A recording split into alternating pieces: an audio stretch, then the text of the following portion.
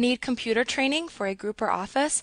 Contact us today to get a free demo of our training at www.teachucomp.com/enterprise-licensing. The other current asset account type tracks assets that your company expects to use up or convert into cash within the next year. Other current assets might include short-term notes receivable or prepaid expenses. Your inventory account is an example of an other current asset.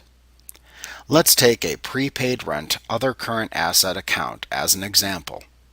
Assume that you've signed an agreement to lease a new office space for $1,000 per month. Also assume that you needed to make a prepayment of 6 months' worth of rent before you can move into the new office space. If you're using the accrual accounting method, then you must attribute expense to the period it is incurred, not when you actually pay it.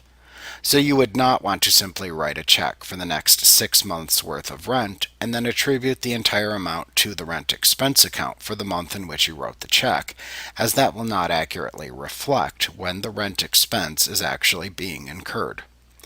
Instead, you can use the other current asset account of prepaid rent to help you show the rent expense as it's actually incurred. To do this, you simply open the Write Checks window when the first payment is due by selecting Banking from the menu bar and choosing the Write Checks command. Then enter the amount of the payment, $6,000, and select the landlord for the vendor. Then on the Expenses tab, you can select the Prepaid Rent Other Current Asset account. In the Amount column, you can enter $5,000 for the account. This shows that $5,000 of the $6,000 payment is being traded to another asset account for the prepayment of the rent. Then click into the next row on the Expenses tab and select the Rent Expense account.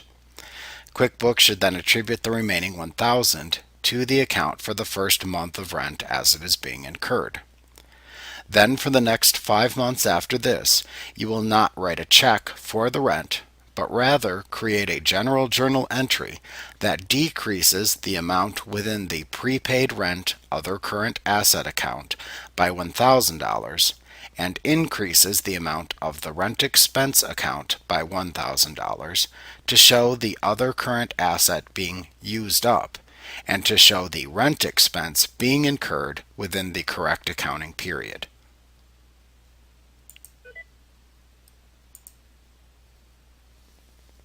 Like what you see? Get a free demo of our training for groups of 5 or more at www.teachucomp.com/enterprise-licensing.